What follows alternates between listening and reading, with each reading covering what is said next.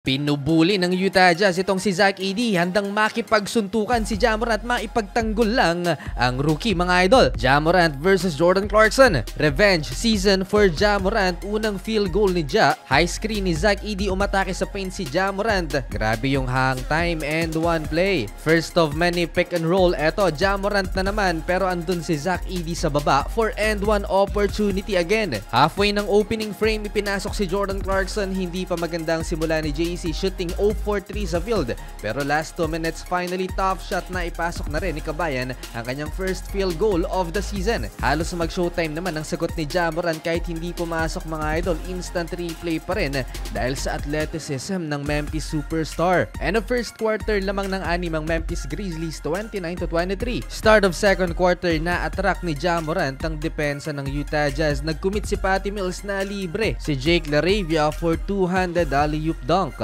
Nakasagot ulit si Jordan Clarkson as he attacks the paint. Kontra sa backup big man ng Memphis Grizzlies, another tough shot for JC. Dito ako mas nag-enjoy mga idol ang match-up ng 6'9" na si John Collins at 7'4" rookie na si Zach Edey. Grabe yung balyahan at pisikalan ng dalawang to mga idol sa second quarter at halos pumang-abot na. Agad na pumagit na si Ja Morant para ipagtanggol ang rookie nila na si Zach Edey mga idol.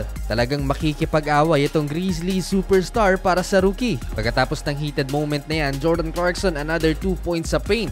Ayaw namang tantanan ni John Collins si Zach Edey. Talagang binabox out niya para hindi makaporma sa ilalim. Palakasan ng laban, hindi palakihan. Parang playoffs ang vibe ng dalawang to. Hindi rin umaatras ang rookie mga idol sa veteranong sentro ng Utah Jazz. At this point, kontrolado pa ng home team ang paint. Pero nang inilabas si Jordan Clarkson dito na nag-run ang Memphis Grizzlies 14-0 mga idol. Deadly sa 3-point area itong si Santi Aldama. 5 3-pointers sa first half, 15 points. Natapos ang first 2 quarters, lamang ng 11 points ang Memphis Grizzlies, 61-50. Gigil itong si Ja Morant, dead ball na nagsho-showtime pa. Simula ng third quarter, halos tumalsik ang 7'4" big man kay Lauri Markkanen. Babasa 4 ang inhabol ng Utah Jazz, 64-60 dahil kay Lauri. After nyan mga idol, pinasayaw naman ni Keyonte George ang depensa ni Ja Morant, umatake sa paint. Tumulong pa si Zach Edey, pasok ang bank shot. Close game mga idol, another highlight for Lauri Markkanen, alley-oop one-handed throwdown. Nakabawi naman ang Memphis Grizzlies led by Ja Morant kaya bumalik sa 9 points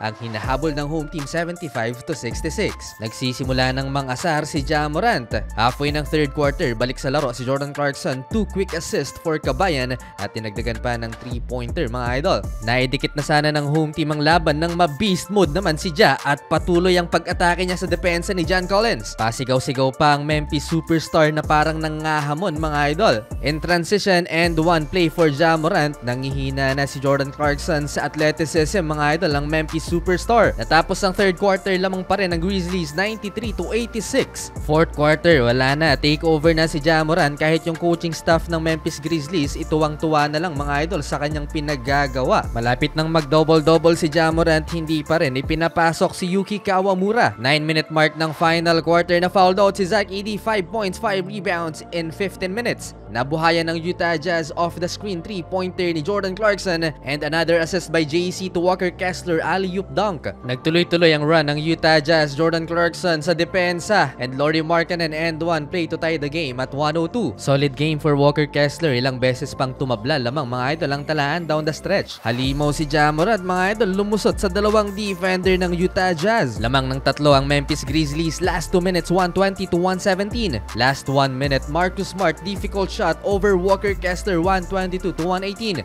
Ja Morant behind the back dribble, sumabay pa si Walker Kessler, clutch basket. Sa huli mga idol, panalo pa ang Memphis Grizzlies.